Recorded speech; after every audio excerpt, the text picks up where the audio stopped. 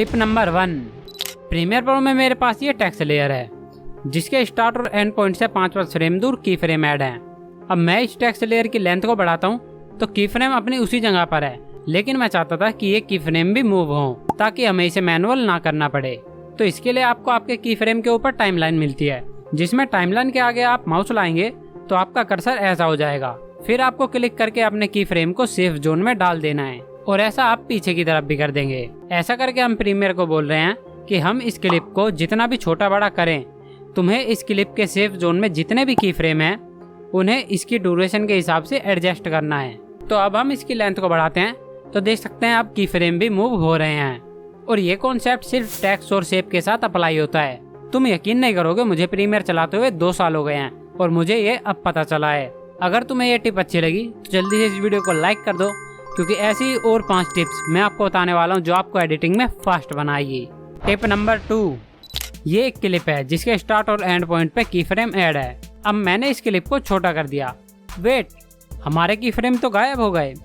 अब इस केस में हम मैनुअल क्या करेंगे, अपने क्लिप को वापस ऊपर लेके जाएंगे, दोबारा उसका साइज बढ़ाएंगे, फिर हम उन की फ्रेम को पास लाएंगे, फिर से उस क्लिप का साइज छोटा करेंगे और वापस उसे लगा देंगे।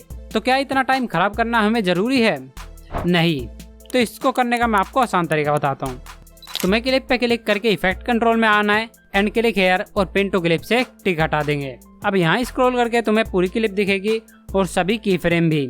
अब ये जो हाईलाइट एरिया है ये वह एरिया है जो अभी टाइमलाइन में है और अब हम आसानी से की फ्रेम्स को मूव कर सकते हैं। टिप नंबर 3, मेरे पास ये टाइटल है जिसे मैंने कस्टम सेव कर रखा है। अब मुझे इसकी की फ्रेम पोजीशन चेंज करनी है।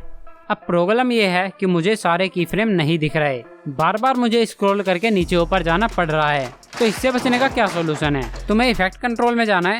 इफेक्ट कंट्रोल में तुम्हें मिलता है फिल्टर ऑप्शन, जिसमें तुम्हें शो ओनली की फ्रेम प्रॉपर्टी वाले ऑप्शन पे क्लिक करना है। तो अब तुम्हें सभी वो प्रॉपर्टी दिखेंगी जिसपे तुम्हारे की फ्रेम लगे हुए हैं और अब तुम आसानी से इन सबको एडिट कर सकते हो।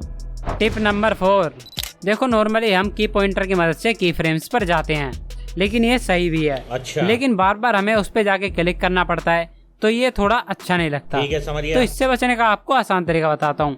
आपको शिफ्ट दबा के अपने प्ले हेड को मूव करना है, तो आपका प्ले हेड अपने आप हर एक की फ्रेम पर स्नैप होगा, जिससे आपका टाइम बचेगा। टिप नंबर 5, मेरे पास ये क्लिप है जिस पर मैंने स्केल पर की फ्रेम्स लगाए हुए हैं। अब मैं इस क्लिप पे जूम इन जूम आउट वाला लूप बनाना चाहता हूँ। मैं अगर मैनुअल करूँ तो मुझे एक एक की फ्रेम लगाना पड़ेगा।